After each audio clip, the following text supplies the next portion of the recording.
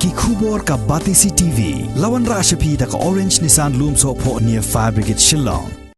Ke Border Committee jong ke Khadc Hills Autonomous District Council haka pratari ke benai risau arajar arpaway kala lumbiang ni ke jingyalang me ke benta ban penkre syat ban lum ye ki dulir kendau na ki hima baper ban yok sngoru ni ki nongyelam hima bat ni ki MDC halor ke Jingpynbeit ye upur usam hapadeng ke jela Meghalaya bat ke jela Assam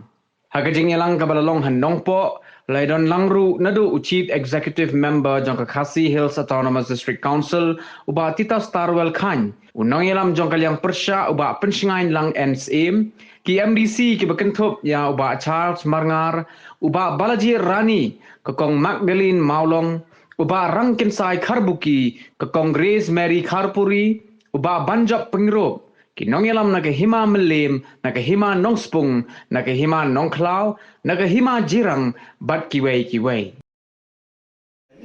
Jingkot kejuni yang jingkalang hani, kalau bahadi bagi kita boundary komisi kita nila form lalu ke sedang aja kahanda,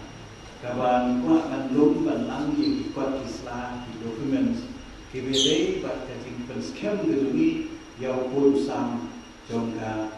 district kejuni dan juga council kejuni,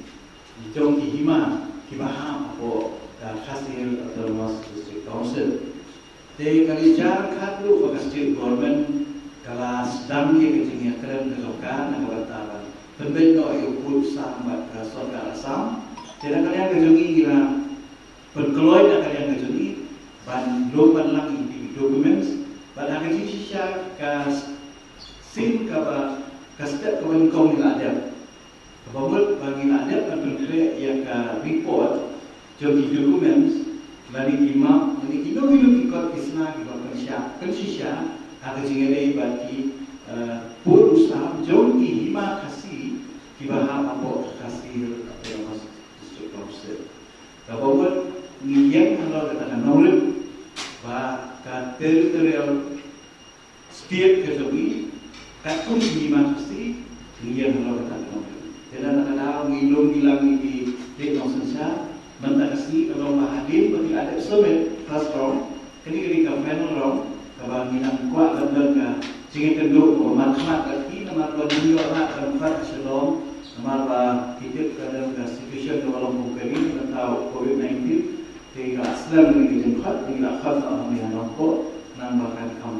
jangan bertajuki dan ada ni ayo mentasi jingin dulu jingmut bagi kita jingmut syuk nak kalian kejuti bakundo menginang bencana yang ini ke report ke bagi orang ke legal documents ke bagi pun ke council yang akan nongren dan pergi yo kursa